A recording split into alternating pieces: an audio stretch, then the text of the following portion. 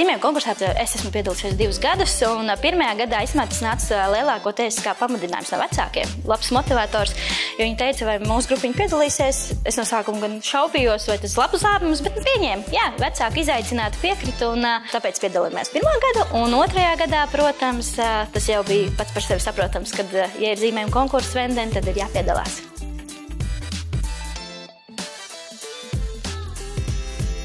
Ar mazajiem piedaloties konkursā, tas ir liels izaicinājums, jo ir jāsaprot, kā tad bērniem paskaidrot šo tematu un viņus ievirzīt tajā.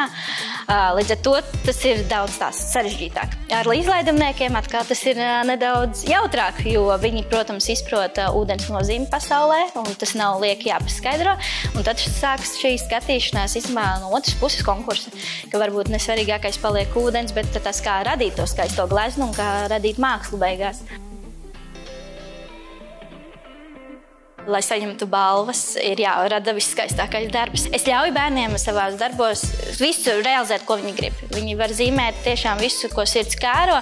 Vienīgais noteikums ir darbam jābūt krāsainam. Un kā padarīt to darbu krāsainu, tad man ļoti patīk parādīt viņiem citu mākslinieku, lielu mākslinieku gleznas. Un līdz ar to viņi ievirzās tajā, kad visi darbi, ko viņi rada, ir ļoti koši, ļoti krāsaini. Un mēs arī esam daudz runājuši par to, kad kas cilvēkam vissvarīgākais ir, kad viņš ierauga darbu, lai tas ir krāsains un tas piesaista. Līdz ar to mūsu veidotie grupas darbi vienmēr ir krāsaini. Otrs svarīgākā lieta noteikti ir komanda, kas aiz tevis stāv. Tie ir vecāki un arī tavs darbu kolektīvs, kas ir tu īpaši publiskajā balsojumā, kurus tu piesaisti, lai viņi aktīvi balso un izcel tieši tavu dārziņu. Tā kā ļoti svarīgi ir darbs ar vecākiem un darbs ar saviem kolēģiem. Tā kā jūs tajā uz to pasākumu jūs esat viena vesela komanda.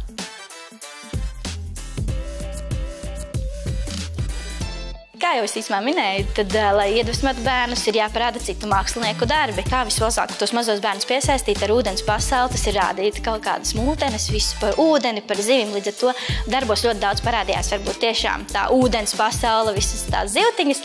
Šajā gadā darbi vairāk varbūt bija tiešām mākslinieciskāki, jo mēs vairāk pētījām mākslinieku darbus, kā pasaules slavenie strādā, un līdz ar to tapa citādāki konkursa darbi. Man jau liekas, ka lielākais motivētājs ir pirmkārt jau skolotāji. Jums skolotājai ir jāiedvesmo bērni, ir jāveda viņu uz mērķi. No sākuma tas ir, protams, kad iniciators, ka būs konkurss, būs ļoti jautri un mēs piedalīsimies, vai esat gatavi tam piedalīties.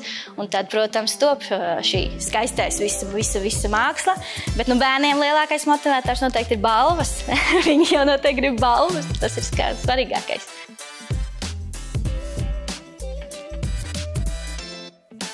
Pirmkārt, man liekas, ja esat apņēmušies piedalīties konkursā un tas ir par publisko balsošanu, tad nobriedzat kārtīgai cīņai. Tas ir pirmkārt, jo tas ir ļoti liela cīņa, bet kā tad tos pakāpties tur augšā, atkal jāstrādā kā komandai. Vecākiem ir jāiesaistās tam darba kolektīvam, un galvenais katru dienu atgādināt to, kad ir jābalso, kad tu liec un tu arī izmanto dažādas jaunās tehnoloģijas, visi šie QR kodi, lai tikai ātrāk cilvēks varētu par tavu konkrēto zīmējumu vai grupas nobalsot. Tā kā tas ir tāds izaicinājums, bet nekas nav neiespējams, tikai jātic tam.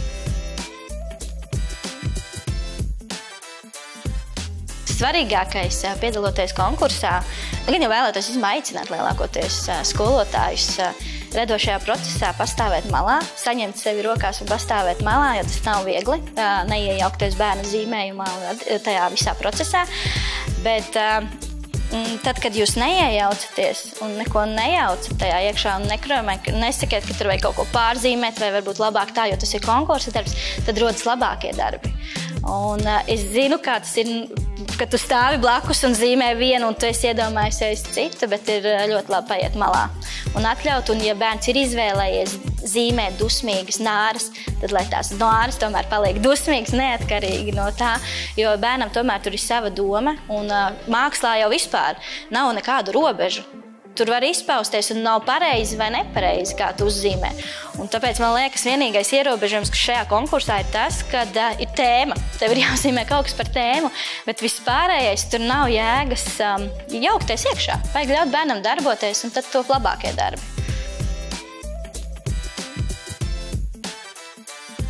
piedaloties vispār konkursā, es aicinu uz konkursu skatīties kā uz superīgu platformu, kuru izmantot, lai bērniem iemācītu daudz vairāk par tikai zīmēšanu. Jo ar konkursu palīdzību es esmu daudz iemācījušies un mani bērni daudz iemācījušies. Tas process konkursa vispār, mēs sākam, mēs visi balsojam, mēs veidojam tādu sadarbību vecāki, skolotājs, vecāks.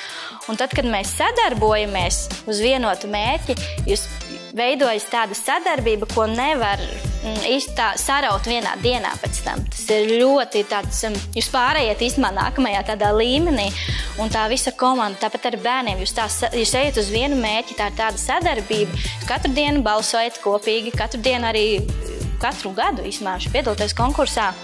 Mēs katru rītu, tas ir rutīnas darbs. Mēs atnākam uz dārziņu, rīta apri laikā mēs atveram datoru, mēs kopīgi balsojam par zīmējumiem. Ja mazā grupa, viņi katra zināja savu zīmējumu. Tā ir mana zivs, tas ir mans zīmējums, un mēs katru dienu nobalsojam. Un šeit lielajā grupā vispār. Viņi ir tādi, mēs varētu teikt, matemātiku mācījāmies, kurš ir priekšā, cik tur punktiem atpaliek, cik vai mēs varam panākt, vai mēs nevaram panākt. Tas bija pavisam atkal cita lieta. Tu mācies gan matemātiku, gan sociālā ziņa. Un tur jau arī veidojās, ka caur to tādu praktisku darbošanos mēs iemācāmies visas lietas, kas mums dzīvē ir nepieciešamas. Un es iesaku ikvienai skolotājai pamēģināt piedalīties.